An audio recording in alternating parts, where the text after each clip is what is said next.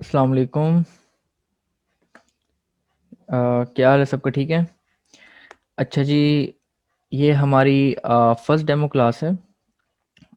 मेरा नाम हाफिज़ मोहम्मद उमर ख्वाजा है और आप में से बहुत लोग मुझे जानते भी होंगे। अगर लोग नहीं जानते तो ये मेरा यूट्यूब चैनल है।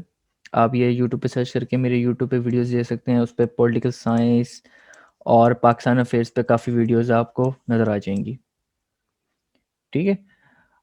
डेमो क्लास हमारा है 40 डेज़ कोर्स है हमारा, कि 40 दिन के अंदर हम पूरी पॉलिटिकल साइंस और general science and ability complete करेंगे। इससे लास्ट क्लास में मेरा 15 डेज़ कोर्स था, जो कि एक क्रैश कोर्स या रिवीजन कोर्स है। वो भी इस सेकंड टाइम भी चल रहा है। लेकिन ये सिर्फ 2021 के लिए है। जो सी से 2021 में जो अभी फेब में जो पेपर आ रहे हैं उनके लिए है ये कोर्स। जो ये वाला कोर्स है ये थोड़ा एक्सटेंसिव कोर्स है। ये सी से 22 और पीएमएस केपी के या पीएमएस पंजाब जो 2021 में होगा उनके लिए बड़ा बेनिफिशियल है। आप 40 डेज़ में कंप्लीट कर सकते हैं। बाकी मैं आपको relevant material, slides, mock assignment सब कुछ इसमें इंक्लूड हो जाएगा।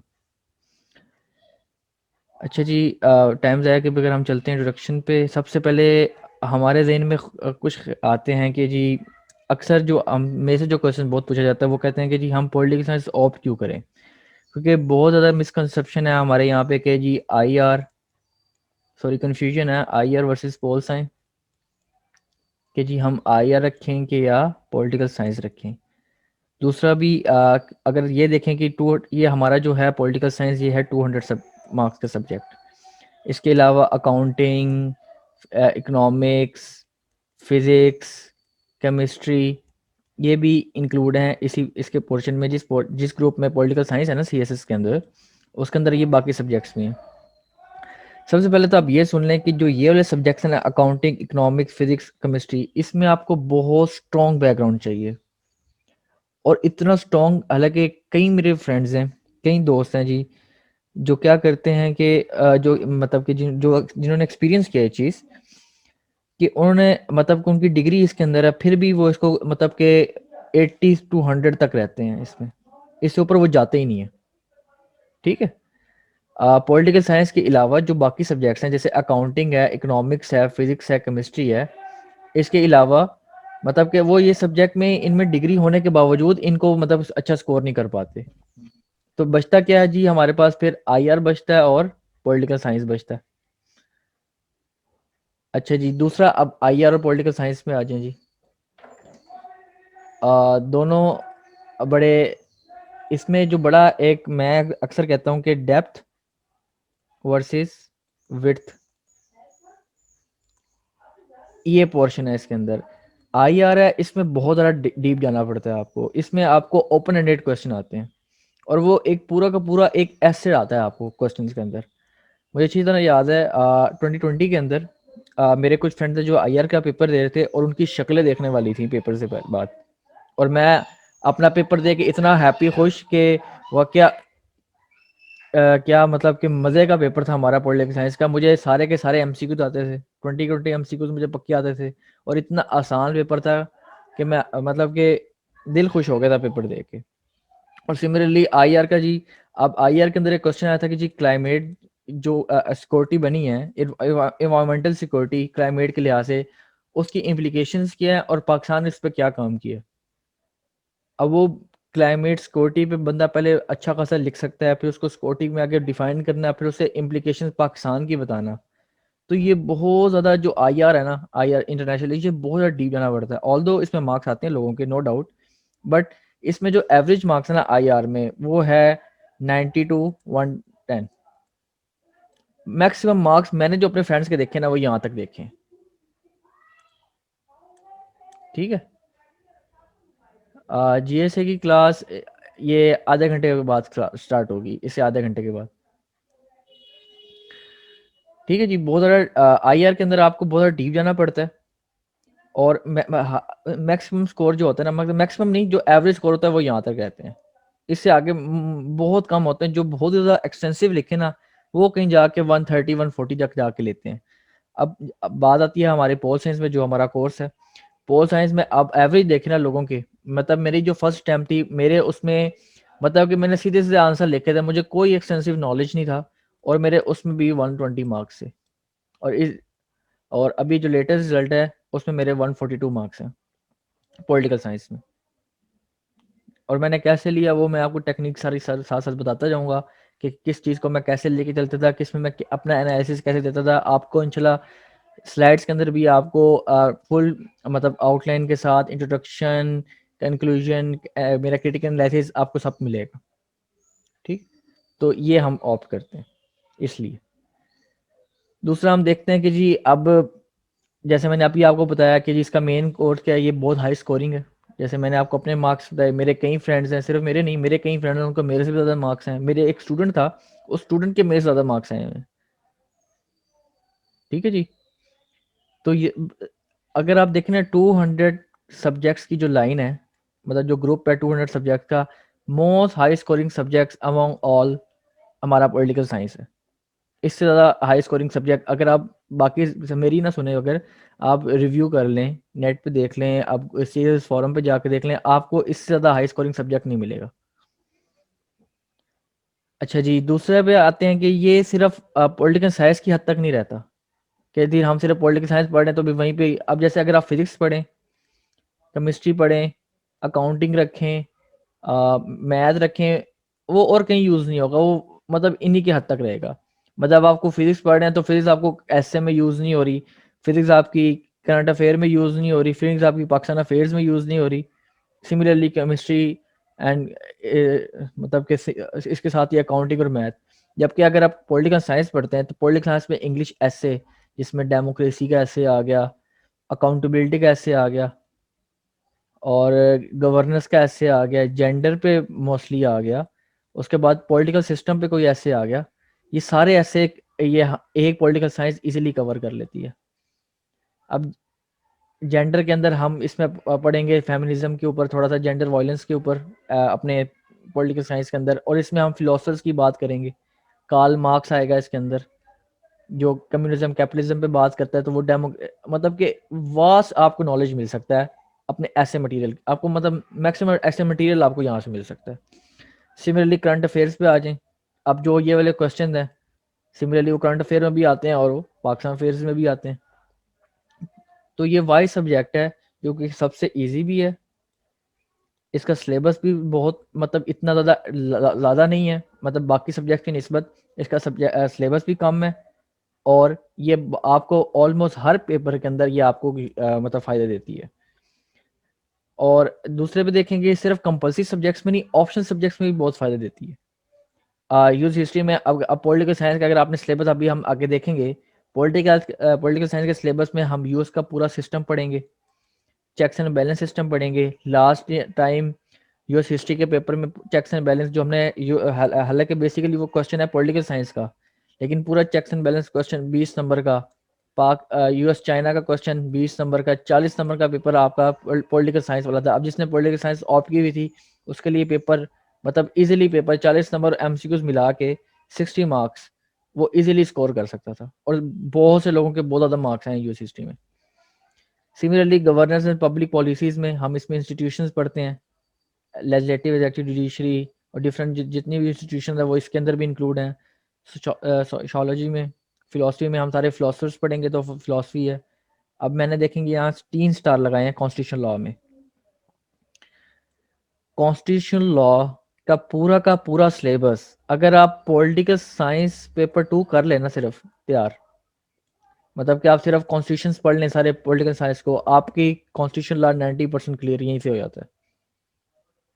मतलब कि आप तैयारी कर रहे हैं पॉलिटिकल साइंस की, आपने पॉलिटिकल साइंस पेपर 2 की तैयारी कंप्लीट की, आपका ऑटोमेटिकली आपको ये पढ़ने की भी जरूरत नहीं है, आपको 90% आपका कॉन्स्टिट्यूशन लॉ वैसे तैयार हो गया। ठीक है, आगे चलते हैं जी आगे। बाकी पब्लिक एड में भी ये यूज़ होता है, जनरल स्टडी मैंने आपको बताया, ऐसे वगैरह वगैरह सारी चीज़ें हम फिलोसफर सारे पढ़ेंगे। एंथ्रोपोलॉजी और जेंडर स्टडी ऑलमोस्ट सेम है, और इंडो पाक हिस्ट्री सारी पाकिस्तान का पूरा पॉलिटिकल सिस्टम, पाकिस्तान के कॉन्स्टिट्यूशंस, हर हमारा जो भी टॉपिक होगा उसकी एग्जांपल हमारी पाकिस्तान की होगी। तो पाकिस्तान की कॉन्स्टिट्यूशन सारी वो इंडो पाक हिस्ट्री में भी इतना ज़्यादा नहीं करता, मतलब कि 30% आपको इंडो पाक हिस्ट्री में फ़ायदा देगा। अच्छा जी, एक तो ये बात होगी। दूसरी बात पे आ जाएं कि जो पॉलिटिकल साइंस है ये आपके बहुत से जो एसेंशियल इश्यूज कॉन्सेप्ट है ना, उसमें बड़ी प्यारी आपको अंडरस्टैंडिंग मिल जाती है। अभी चाइना यूएस का एक किस्म की कोल्ड वॉर 2 चल रही है। कोल्ड वॉर 1 हुई थी यूएस और यूएसएसआर के दरमियान, ठीक है। मतलब मेन क्या थी जी, कैपिटलिज्म वर्सेस कम्युनिज्म। अब जिसने ये टॉपिक पढ़ा डिटेल से, उसके बाद यहाँ पे उसने कार्ल मार्क्स को पढ़ा है, जो हम पढ़ेंगे डिटेल में, उसके लिए जो इमर्जिंग टॉपिक्स है ना, जो न्यू टॉपिक्स आ रहे हैं, जैसे कश्मीर आ रहा है, अगर आपने इसमें सिगमंड फ्रॉड का हम इसमें देखेंगे, एंगल्स की थ्योरी थोड़ी सी देखेंगे, सोशल कॉन्ट्रैक्ट देखेंगे, तो आपके लिए मतलब कि अब एक ऐसे की अप्रोच ये होती है कि ऐसे आपने रटना नहीं होता।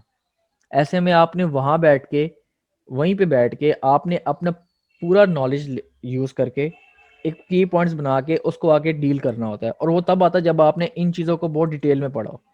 डिटेल से मुराद कि आपका प्योर कंसेप्ट हो इसमें। तो जब आपको ये चीज़ें आएंगी तो आपके लिए करंट अफेयर, पाक अफेयर, ऐसे मैं ये तो नहीं कहूँगा कि हलवा है, लेकिन बहुत आसान हो जाएगा। ठीक है। दूसरा क्या है जी, आईआर में क्या होता है जी, मैंने आपको पहले भी बताया था कि ओपन एंडेड क्वेश्चन आते हैं और पॉलिटिकल साइंस में लेस ओपन एंडेड होते हैं।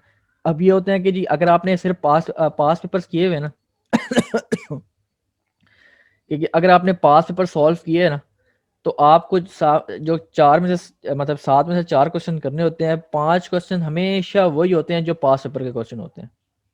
सेम, बस ये होगा कि वो थोड़ी सी स्टेटमेंट आगे पीछे कर देगा, बाकी टॉपिक वही रहेगा। कभी भी पास पेपर से हट के वो पेपर कभी बनाते ही नहीं है।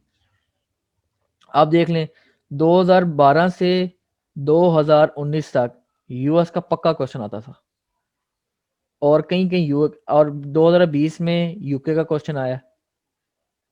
ठीक है, मतलब थोड़ा मतलब है तो उसके सिलेबस के अंदर ही ना। मतलब अब देख लें कि 2020 से 2019 तक यूएस का क्वेश्चन कंटिन्यूसली सेम, बस सेम क्वेश्चन नहीं, मतलब इसके टोटल 2-3 क्वेश्चन बनते हैं, और वही तीन, मतलब एक साल ये आ गया, अगले साल ये आ गया, अगले साल ये आ गया, फिर ये आ गया, या फिर ये आ गया, या ये आ गया। वो कंटिन्यूसली वो चलता रहा है। और सिमिलरली पाकिस्तान पे आ जाए, पाकिस्तान में 18 अमेंडमेंट, कॉन्स्टिट्यूशन और ये फेडरलिज्म, इनके गिर्द क्वेश्चन घूमता रहता है। उसके बाद अगर सर सैयद अहमद खान, इलामा इकबाल आ जाए, उनका एक पक्का क्वेश्चन होता है। अब एक एक क्वेश्चन यहाँ से, एक तो क्वेश्चन यहाँ से, एक यहाँ से, बाकी एक टर्की चाइना से, आपके 4 क्वेश्चन यहीं से पूरे हो गए। और जब ये 4 क्वेश्चन पूरे हो गए तो आपका कॉन्स्टिट्यूशन लॉ भी 80% हो गया। मतलब इतना ये मजे का सब्जेक्ट, और बहुत आसान है, ये नहीं कि बहुत मुश्किल होगा, ये नहीं, बहुत आसान सब्जेक्ट है। जब मैं आपको पढ़ाऊंगा ना, मतलब आपको पॉइंट्स के फॉर्म में आपको स्लाइड्स मिल जाया करेंगी, आप स्लाइड्स के स्क्रीनशॉट बना सकते हैं, आपको रिकॉर्ड वीडियो मिल जाएगी। और अगर आपको फिर भी समझ नहीं आया तो मैं आपके लिए मैंने आपको कमिटमेंट की हुई है कि मैं पेपर तक आपके साथ हूँ। आपके मैं मॉक लूँगा, आपके असाइनमेंट्स लूँगा, आपकी वैल्यूएशन अच्छे से होगी। तो इंशाल्लाह इसमें आप बिल्कुल भी नहीं तो आप 120 प्लस स्कोर तो पक्का है ना।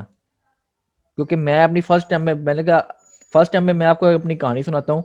फर्स्ट टाइम पे आया था 18 अमेंडमेंट का क्वेश्चन। अब मैंने इतनी मेरे वो हाउ नहीं थी 18 अमेंडमेंट से, बस ये पता था कि थी है तो होती क्या है। और इस पे मैंने,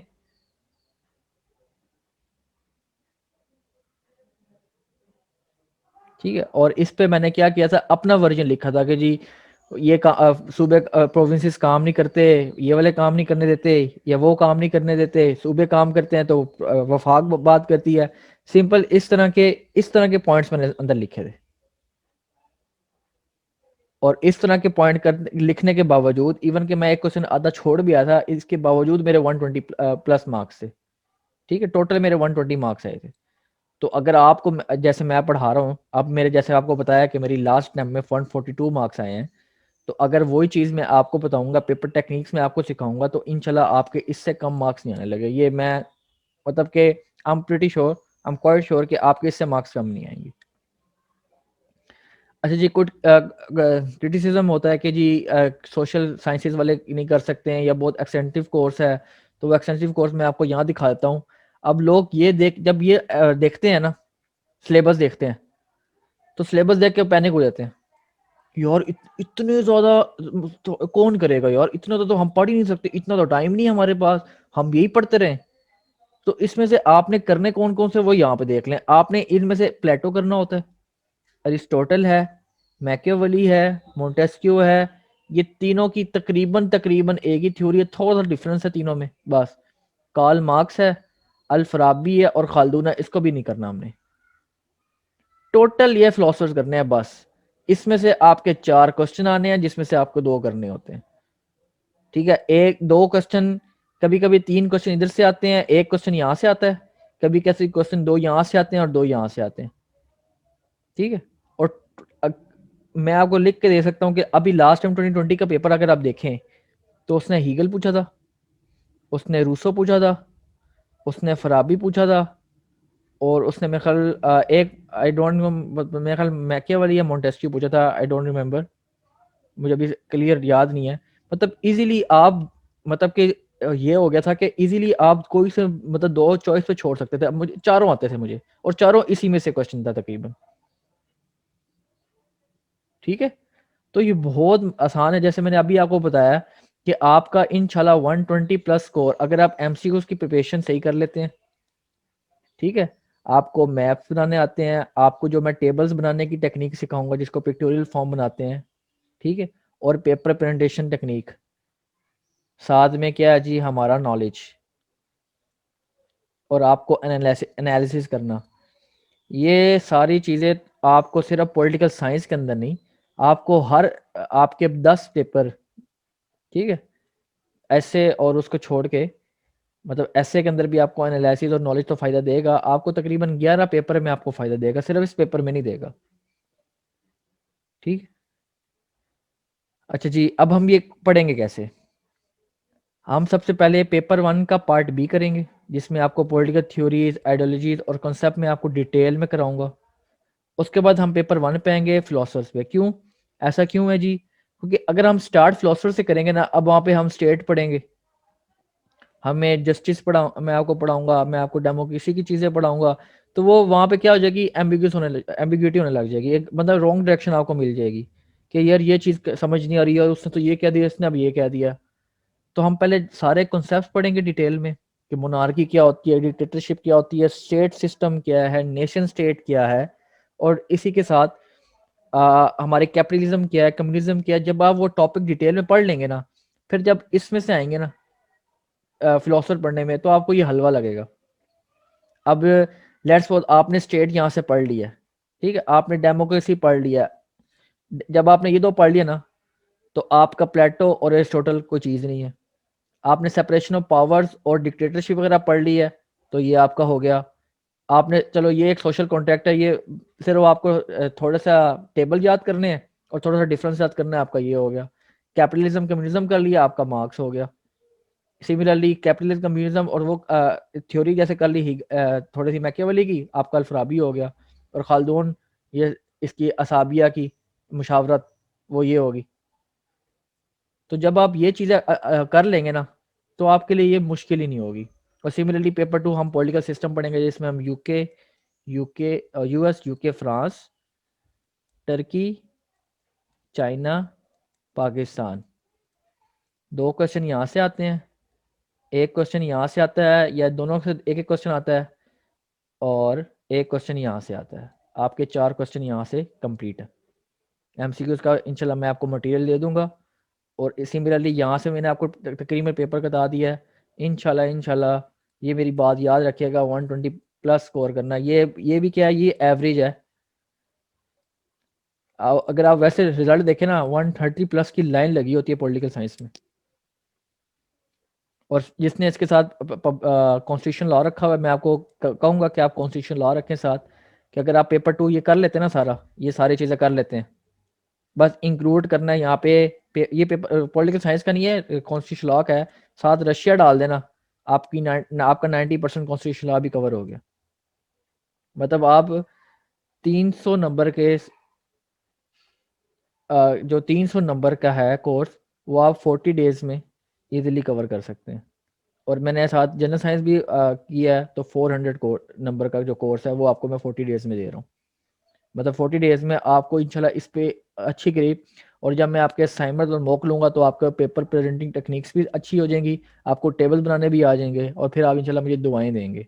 क्योंकि ये मेरा 6 सेशन है, मैंने नहीं कभी सोचा था कि मैं सेशन ज़्यादा पढ़ाऊँगा एक से ज़्यादा, लेकिन जब मैंने 2 सेशन पढ़ा लिया ना, तो मुझे अब हर दफ़ा हर सेशन के बाद मुझे मैसेज आते हैं कि सर आप नया सेशन कब स्टार्ट करेंगे। तो ये अल्हम्दुलिल्लाह मेरा 6 सेशन है। अभी ये मैं ये नहीं कहूँगा कि मेरे स्टूडेंट्स के बड़े अच्छे मार्क्स आ रहे हैं ये वो, क्योंकि अभी 2021 के पेपर होने, तो इंशाल्लाह जो इसका रिजल्ट आएगा, मुझे उम्मीद है कि जो मेरे स्टूडेंट्स हैं वो इंशाल्लाह 120 प्लस स्कोर करेंगे। ठीक है, अब ये रिसोर्सेज हैं, मैंने भी ये यूज़ किए हैं अपनी स्लाइड्स के अंदर।